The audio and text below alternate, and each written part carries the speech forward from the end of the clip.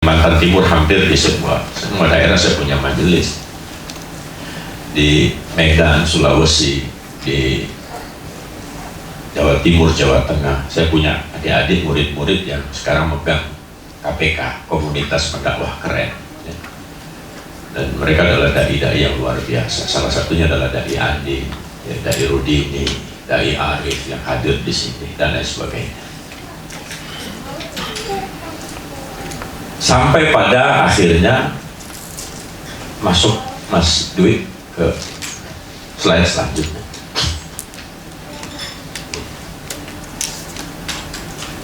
Nah, ini banyak teman yang mengeluhkan soal keuangan dan saya tidak bisa membantu mereka secara konsisten, ya. Banyak banget, Bang. Ya, salah satunya adalah kawan-kawan yang jadi manajer wilayah saat ini kan ustadz semua. Pandemi COVID ini nggak ada yang ngundang, Bu. Ya, iya, nggak ada pengajian yang ngundang, nggak ada amplop, nggak ada apa. Jerit-jerit, Bang, gimana Bang ini Bang? Dari situlah saya berpikir saya nggak boleh egois. Saya harus bangun sebuah bisnis yang semuanya harus dapat nilai manfaat. Dan tidak boleh ada yang keluar modal.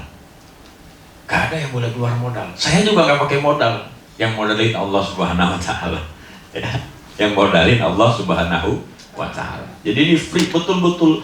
Saya nggak pakai ngutang di bank, saya nggak pakai jual tanah, saya nggak pakai gadein apa-apa gitu. Allah tolong kirimkan duit buat saya supaya saya bisa buat usaha yang semua mitra-mitra saya, sahabat saya nggak perlu pakai modal. Intinya kami pengen jemput rezeki, ada keberkahan di dalamnya, ya kita bagi-bagilah rezeki. Ya, kesedihan ini yang sedih tadi saya bilang. Lanjut Om. Pemodalan kan ibu-ibu, mohon maaf, saya termasuk orang yang kalau ada di sini yang suka jualan franchise, mohon maaf sekali lagi saya tidak pernah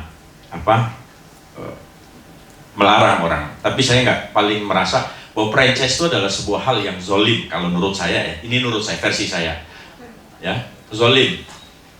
Case-nya banyak, ada orang-orang yang pengen dagang, Bang, saya ini pengen usaha Bang, tapi modal nggak punya, apa segala macam. Kalau tuh ada yang nawarin franchise, Abang punya duit nggak Bang?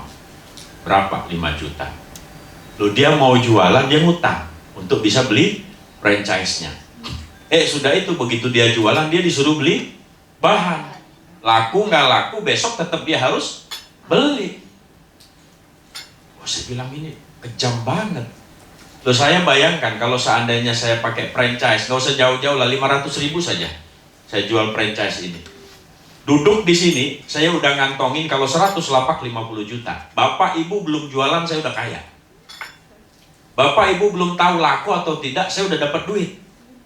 Bapak Ibu mau laku, besok laku, nggak ada urusan. Tiap hari saya dapat retail dari ibu-ibu bapak yang beli bahan baku kepada saya. Saya pikir ini konsep yang zolim.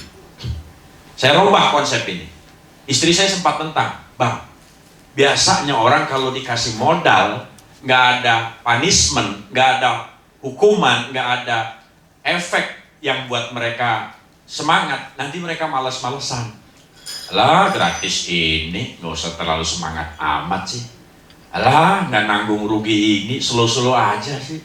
Saya bilang enggak. Saya tidak bertaruh rezeki dengan makhluk, saya bertaruh rezeki dengan yang punya makhluk, Allah Subhanahu Wa Taala. Yang menggerakkan hati Bapak Ibu adalah Allah.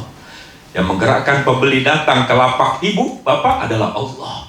Yang membuat Bapak Ibu ada rezeki bukan saya, tapi Allah Subhanahu Wa Taala.